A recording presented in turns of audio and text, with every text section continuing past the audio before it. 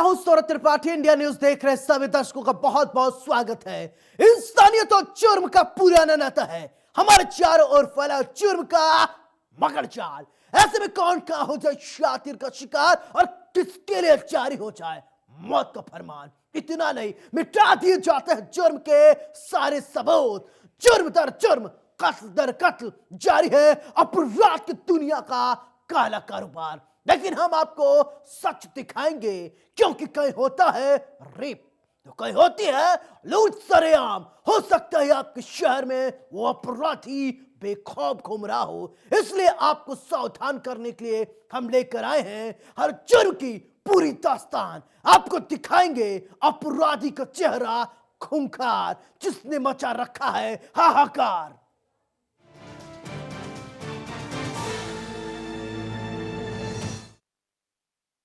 Facebook पर live होकर एक सिपाही ने अपने ही एसपी और एसओ को धमकी दी। महिला के साथ आपत्तिजनक वीडियो अपलोड करने के आरोप में उसे निलंबित किया गया। इसके बाद उसने एक दूसरी वीडियो अपलोड कर एसपी और एसओ को धमकी दी। देखिए इस वारदात के बाद कैसे मचा हाहाकार।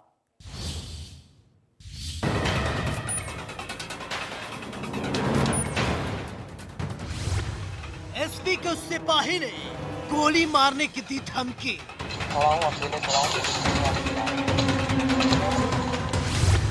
सिपाही पर लगा था अनुशासनहीनता का आरोप।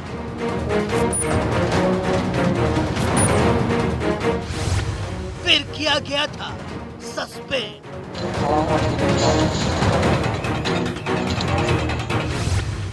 सोशल मीडिया पर धमकी।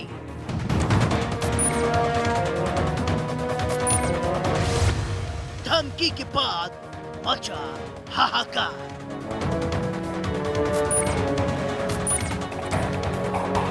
हम आपको एक ऐसी खबर दिखाने जा रहे हैं जो पुलिस महकमे से जुड़ा है। हम आपको दिखाएंगे कैसे सिपाही बड़े अधिकारियों को गोली मारने की धमकी दे रहा है।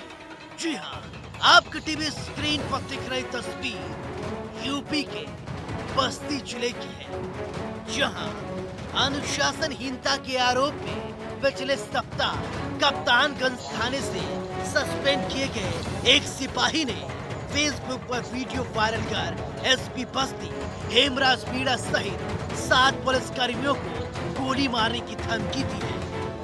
तमाम गंभीर आरोप लगाते हुए सिपाही ने कहा कि ससम्मान कप्तानगंज थाने में फिर उसकी आमद नहीं कराई गई तो एसपी एसओ समेत 7 पुलिसकर्मियों को छोड़ेगा नहीं। कोर्ट से न्याय नहीं मिला तो अपने हथियार से गोली मार देगा। फेसबुक पर अपलोड किए गए 10 मिनट 10 सेकेंड के वीडियो के साथ ही कमेंट बॉक्स में लिखी गई टिप्पणियों में उसने अपने निलंबन को गलत बताते हुए एसपी बस्ती हेमराज मीणा, एसओ कप्तानगंज राजकुमार पांडे, कांस्टेबल आनंद यादव, सतीश यादव, राहुल सिंह, सुशांत पांडे और चालक राजकुमार सिंह को दोषी ठहराया है और मांग की है 5 दिन के अंदर निष्पक्ष जांच की जाए। ऐसा नहीं हुआ तो अपने अंदाज में 7 को जान से मार देगा। एएसपी रविंद्र सिंह ने कहा कि अनुशासनहीनता के आरोप में उसे निलंबित किया गया है, अब उसे बर्खास्त भी कर दिया गया है। फेसबुक पर आपत्तिजनक वीडियो पोस्ट की गई है, जो विभागीय जांच कराकर कठोरतम कार्रवाई की जाएगी।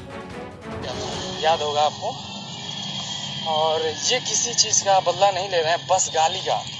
जो आपने गाली दिया था ना, जो गाली दिया था आपने, ये देखिए गब्बर आ गया है। छुपी, कितना छुपना चाहेंगे। पहले लीगल तरीके से लड़ेंगे आपसे, फिर कोर्ट ने हमारा साथ नहीं दिया ना, फिर हम ठोकेंगे। ये हमारी धमकी समझिए, जिद समझिए, जो समझना समझ लीजिए। भाड़ में जाइए आप। और एक चीज़ और कहेंगे, डीजीपी साहब, ये कप्तान तो होते नहीं है कोई हमारा जॉब लेने वाले। सर, मैं डीजीपी साहब आपको सादर नमस्कार करता हूँ। योगी जी सर, आपको भी सादर प्रणाम करता हूँ। सर मैं क्षमा चाहता हूँ सर, मैं इस गंदे विभाग में नहीं रहना चाहता हूँ। मेरा रिजाइन लेटर तैयार किया जाए और मुझे इस जॉब से बर्खास्त हमेशा हमेशा के लिए कर दिया जाए। ये परिवीक्षाधीन आरक्षी दिग्विजय राय थाना कप्तानगंज में नियुक्त था और परिवीक्षा अवधि के दौरान इसके द्वारा अनुशासनहीनता बरती गई थी, जिसमें इसको सस्पेंड किया गया था। 3 और 4 तारीख को पुलिस लाइन में इसके द्वारा अमर्यादित व्यवहार किया गया, अधिकारियों के बारे में अनर्गल प्रलाप किया गया और सोशल मीडिया पर वीडियो भी पोस्ट किया गया, जिसमें काफ़ी आपत्तिजनक बातें उसके द्वारा की गई। इसके परिजनों को बुलाया गया और उसको समझा बुझाकर 5 दिन की परमिशन पर इसको इसके घर रवाना कर दिया गया। पुनः 9 तारीख और 10 तारीख को यहाँ इसके द्वारा पुलिस लाइन में हंगामा किया गया, कुर्सी मेजें तोड़ी गई और अमर्यादित भाषा का व्यवहार किया गया और फिर फेसबुक पर एक अमर्यादित पोस्ट डाली गई और जिसके तहत दंड अपील नियमावली 1991 के नियम 8(2)B के तहत पुलिस अधीक्षक महोदय द्वारा इसको बर्खास्त कर दिया गया है। अब यह सेवा में नहीं है और अगर इसके द्वारा पुनः कोई अवैधानिक काम किया जाता है तो आईपीसी की धाराओं के तहत इसके विरुद्ध कार्रवाई की जाएगी। इस वारदात के बाद कई सवाल खड़े होते हैं। सिपाही अपने अधिकारियों से बात कर समस्या का समाधान निकाल सकता था, आखिर डिपार्टमेंट के बड़े अधिकारियों को धमकी क्यों देनी पड़ी? खैर, अब ये तो जांच का विषय है। उच्च अधिकारी बता पाएंगे समस्या का समाधान कैसे होगा। इंडिया न्यूज के लिए बस्ती से सतीश श्रीवास्तव की रिपोर्ट।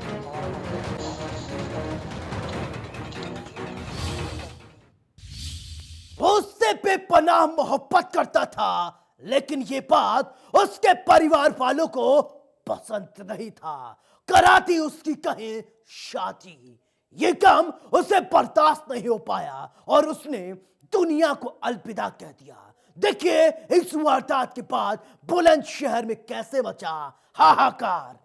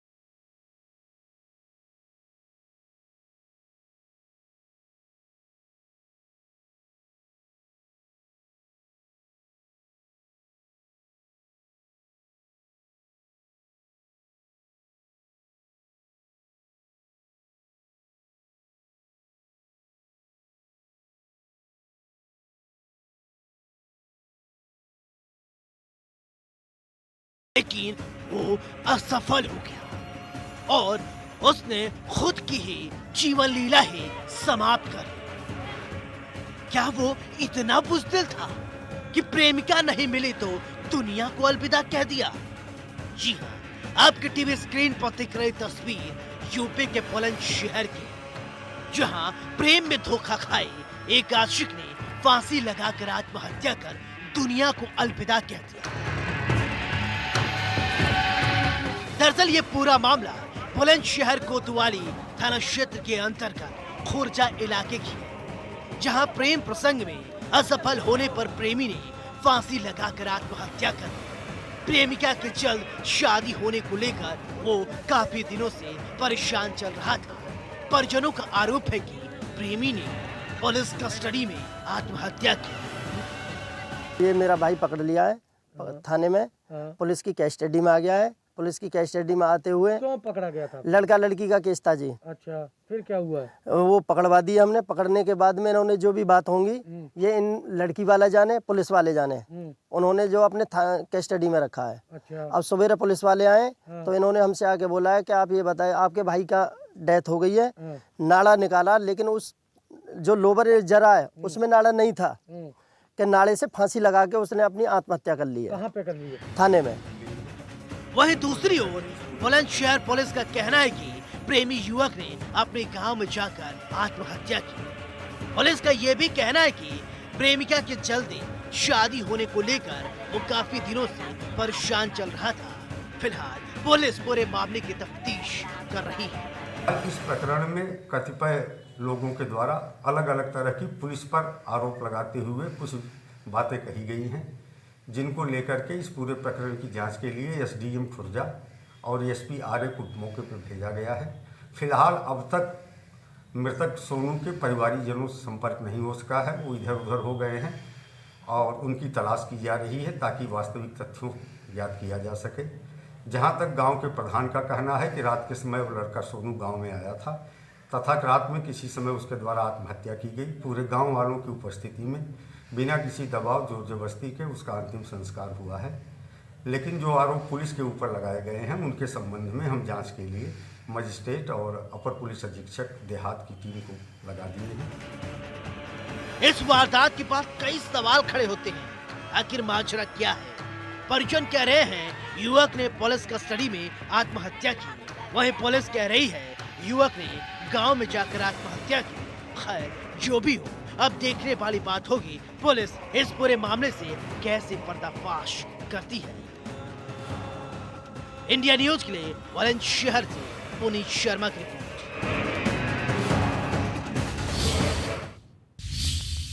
लगातार महिलाओं और बेटियों की सुरक्षा की बात कही जा रही है, लेकिन महिलाओं पर, बेटियों पर लगातार अत्याचार के मामले सामने आ रहे हैं, जहां हर तरीके से हाहाकार मच जाता है। गाजियाबाद के हम आपको एक ऐसी खबर दिखाएंगे जिसे सुनकर रोंगटे खड़े हो जाएंगे।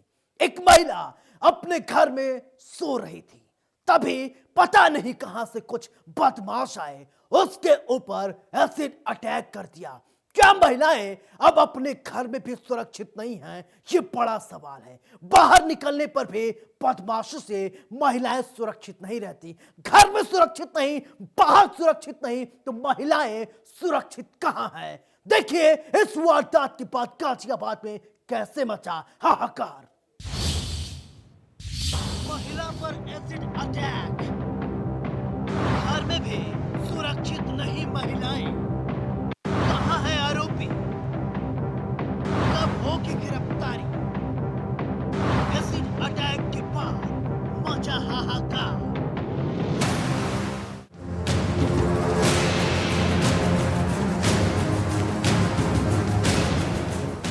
लगातार महिलाओं और बेटियों की सुरक्षा की बात कही जा रही है, लेकिन महिलाओं पर हो रहे अत्याचार के मामले कम होने के नाम ही नहीं ले रहे हैं। जी हां, आपकी टीवी स्क्रीन पर दिख रही तस्वीर यूपी के गाजियाबाद की है, जहां घर में सो रही महिला पर किसी ने एसिड अटैक कर दिया। इस वारदात के बाद परिजनों में हाहाकार मच गया।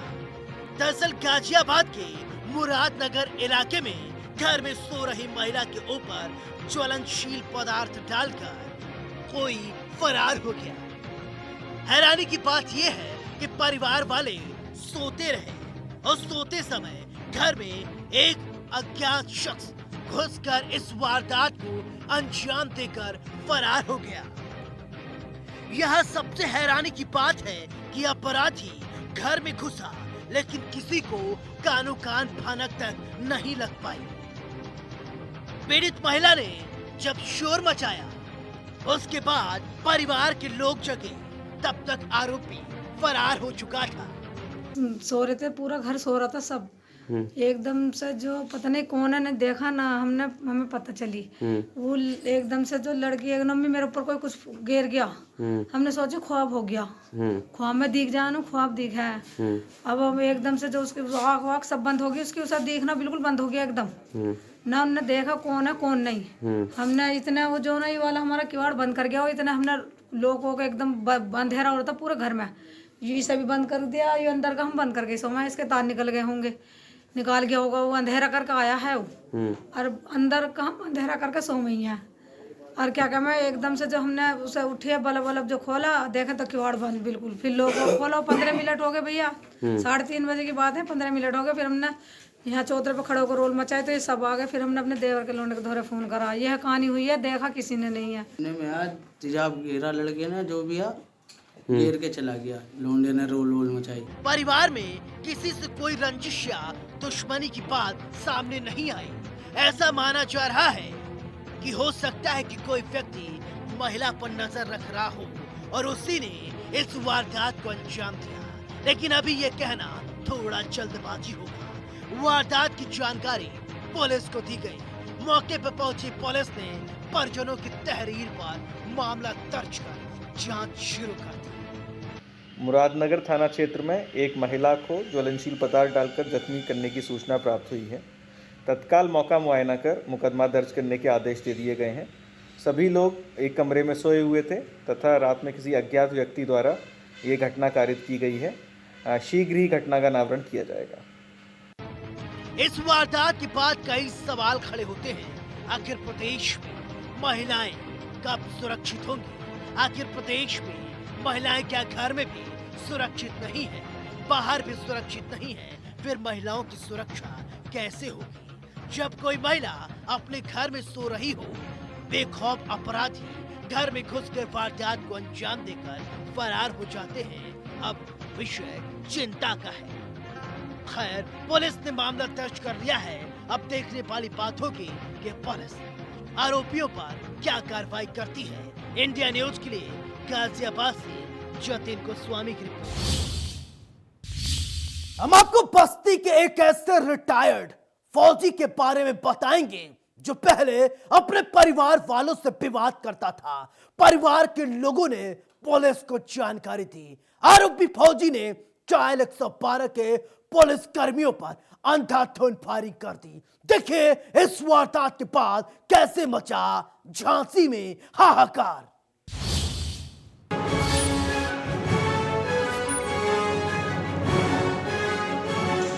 अगर कहीं कोई घटना घटित होती है तो सबसे पहले लोग पुलिस को फोन करते हैं। लोगों के इस बात का विश्वास होता है अगर पुलिस आई तो मामला शांत हो जाएगा, क्योंकि लोगों को विश्वास पुलिस पर है। लेकिन हम आपको जो बात बताने जा रहे हैं वो थोड़ा इससे इतर है। यहाँ पुलिस पर ही हमला कर दिया जा रहा है तो आम जनता की सुरक्षा कौन करेगा? जी हाँ, आपकी टीवी स्क्रीन पर दिख रही तस्वीर यूपी के झांसी जिले की बताई जा रही है। बताया जा रहा है प्रेमनगर थाना क्षेत्र के गुआलटोली मोहल्ले में एक रिटायर्ड फौजी ने डायल 112 की गाड़ी पर कई राउंड फायरिंग कर दी और मौके से फरार हो गया। पारिवारिक विवाद के बाद फौजी के परिजनों ने डायल 112 को सूचना दी थी। पुलिस की गाड़ी देख फौजी ने अपने लाइसेंसी बंदूक से डायल 112 की गाड़ी पर कई राउंड फायरिंग की। किसी तरह पुलिस कर्मियों ने भागकर अपनी जान बचाई। घटना को अंजाम देकर आरोपी रिटायर्ड फौजी मौके से फरार हो गया। आरोपी रिटायर्ड फौजी के बेटे आशीष कुमार के मुताबिक उनका पिता श्याम सुंदर फौज में सूबेदार से और सीआरपीएफ में इंस्पेक्टर पद से रिटायर्ड है। वे अपने परिवार के लोगों को परेशान करता है और मारपीट भी करता है। उन्होंने मारपीट की तो हमने पुलिस को सूचना दी। पुलिस मौके पर पहुंची तो उसके पिता ने डायल 112 की गाड़ी पर फायरिंग कर दी। श्याम सुंदर नाम के एक पैरामिलिट्री में कार्यरत और रिटायर्ड कर्मी को सूचना प्राप्त हुई थी कि इनके द्वारा अपनी पत्नी और बच्चों के साथ मारपीट की जा रही है। इस सूचना पे पीआरवी आई थी मौके पे। तो ये ज्ञात हुआ है कि इन्होंने छत पर नशे में धुत थे और DBBL गन से इन्होंने फायर किया था। किसी को फायर लगा नहीं है। पीआरवी कर्मी को सकुशल है, किसी को लगा नहीं है। इसमें अभियोग पंजीकृत करके कार्रवाई की जा रही है। और ये व्यक्ति फिर जब फोर्स आ गई है, ज़्यादा आ गई है, तो ये मौके से भाग गए। ऐसी सिटी विवेक त्रिपाठी ने बताया कि सूचना मिली थी कि रिटायर्ड फौजी द्वारा उसकी पत्नी और बच्चों के साथ मारपीट की जा रही है। इस सूचना पर पुलिस मौके पहुंची तो रिटायर्ड फौजी फरार हो गया। मामला दर्ज कर लिया गया है। घटना स्थल पर फोर्स अधिक मात्रा में भेजी गई है, लेकिन आरोपी वहां से भाग निकला। नहीं, हर बार का ही होता है, घर पे रहता है, पर हर बार 2-4 बार हुआ है, पुलिस के पास भी गए हैं, पर वहाँ से वो लोग मैटर सॉल्व करवा देते हैं, बोलते हैं, उनके सामने बोल देते हैं अब नहीं करूँगा, फिर लेकिन आके हर बार रोज़ ही घर पे गाली गलौज, उनको जीना हराम कर रखा है, उनको परेशान करते हैं, रोज़ मार पट्टी करने के लिए करते, तो पर मैं खड़ा हूँ तो मार नहीं पाते, तो अपना गुस्सा कैसे निकालते ही है, फिर आके हमेशा आके अपना जो भी जुआ खेलते हैं, जो भी, तो आज गए होंगे, स्कूटी बेच दी उन्होंने, पहली स्कूटी के साथ भी ऐसे किया, हर बार कहने का ये सही ना, फिर से इन्होंने यही किया, और आज आके फिर से मारा पिट्टी करने लगे, तो मैंने भी रोकने की कोशिश की, पर नहीं रुके हमेशा, क्योंकि बोलते हैं कि मेरा बूढ़ा आदमी, मेरा कोई क्या उखाड़ लेगा, कोई कुछ नहीं कर पाएगा। पुलिस भी हर बार बोल के छोड़ देती कि बूढ़ा आदमी, घर का मैटर है, घर पे संभाल लीजिए, तो ये चीज़ें, पर घर पे वो संभलने वाला नहीं इंसान, कितना तो कुछ नहीं, आके मारा पिट्टी वही करने लगे, तो रोकने लगे, मेरी गाड़ी तोड़ दी, आग लगा दी, बोलते कि तुम देखता हूँ मैं क्या करते हो तुम लोग, ये सब भलान ठीक, बस बोलते मेरे को पैसे चाहिए, हमारे पास पैसे है नहीं, पेंशन का कार्ड वही रखे हैं, पूरा जाके पूरा हार जाते हैं, हर बार हर महीने का यही चीज़ है। बताया वही मारा पीटा, फिर पुलिस आई, पुलिस के ऊपर फिर वही आए, उन्होंने फिर एक्शन लिया अपना जो भी है। इस वारदात के बाद कई सवाल खड़े होते हैं। आखिर फौजी जो अपने अनुशासन के लिए जाना जाता है, रिटायर्ड फौजी ने पूरा जीवन ही फौज में बिताई, लेकिन इस फौजी ने जो किया वो सोचने पर मजबूर करता है। आखिर डायल 112 पुलिस वालों की क्या गलती थी जो उन पर गोलियां बरसाई गई। खैर, पुलिस ने मामला दर्ज कर लिया है। अब देखने वाली बात होगी कि पुलिस आरोपी पर क्या कुछ कार्रवाई करती है। इंडिया न्यूज के लिए झांसी से मनीष श्रीवास्तव की रिपोर्ट। हमारा मकसद आपको डराना नहीं है, बल्कि आपको बताना है कि समाज में किस तरीके से जराइम की काली कहानी बोली जा रही है। फिर मिलेंगे कुछ और काली कहानियों के साथ, तब तक दीजिए अपने दोस्त सौरभ त्रिपाठी को इजाजत। लेकिन चलते चलते दोस्तों एक गुजारिश, सावधान रहें, सुरक्षित रहें और अपना ख्याल रखें। नमस्कार।